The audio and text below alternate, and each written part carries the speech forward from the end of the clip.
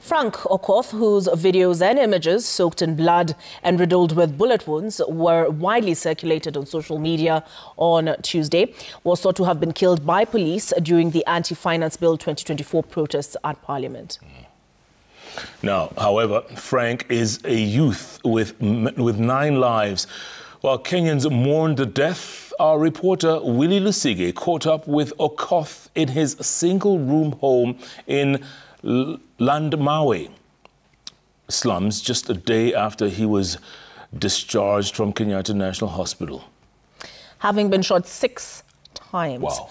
Frank, who joined the protests due to long-term unemployment, is now bedridden, even as fellow youth complain that the millions of funds raised online to help those affected haven't reached many of the protest victims.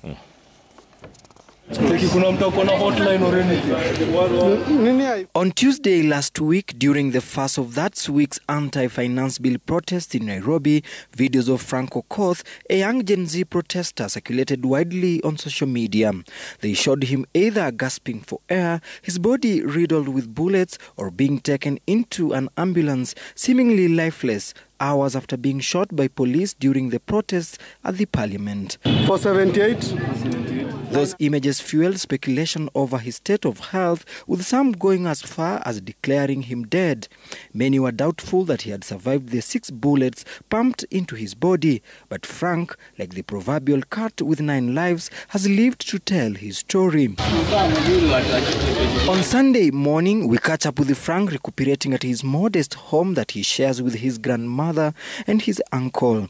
His friend Edwin Ndeda, who also participated in the protest and helped rescue Frank in the midst of the protest, Mele, is visiting him. Frank is still in pain a day after he left Kenyatta National Hospital, but he is grateful that he did not lose his life like the scores of protesters have.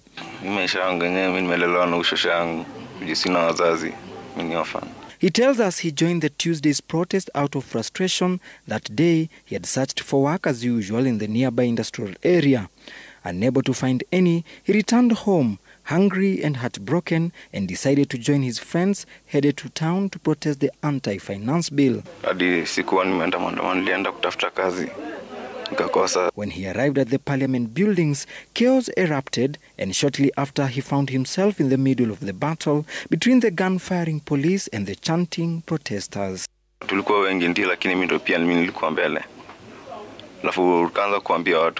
came in peace. We came in peace, wakatutupia tear gas. Sawa mbele ndo nilikuwa naangalia sana. Wakunishoot walikuwa kando. Bullets started raining down on them, both live and rubber. And within seconds, Frank was bleeding and in pain. Videos from the scene showed his seemingly lifeless body being carried into an ambulance, and this went viral, leading to Kenyans to mourn his death.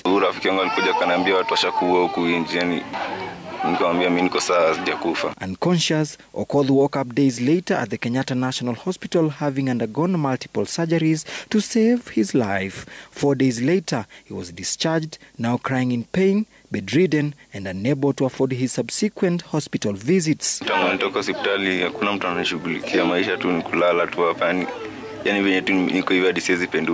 Bili litumia ya 45 na sina hata shilingi moja. Niko na kitabu saa hii na nimesema changa shilingi 100 ngapi. Kitabu iko hapa natembea naye. Despite everything, Okoth expressed no regret, insisting that the protesters were advocating for their welfare, especially regarding unemployment, government corruption and poor governance. Maandamano tusishindwe kuenda, lazima tutaenda hadi ile siku yenye tutapata haki yetu. Ndio bado nasikia sasa kuna pesa inachangishwa. Nilijaribu kutextua Hanifa, nikamtumia di pictures ma details zote, hakuna yenye alirespond. Tulikuwa tunajua pesa imechangwa na Wakenya, lakini kuna makundi online hao kazi yao ni kunyanyasa Wakenya zaidi. Even though Frank narrowly escaped death with 6 bullet wounds, he is still insisting the government is yet to address challenges facing the youth in the country. Hence, the protests will continue. Willie Lusige, Citizen TV, Landmawe, Starehe constituency in the county of Nairobi.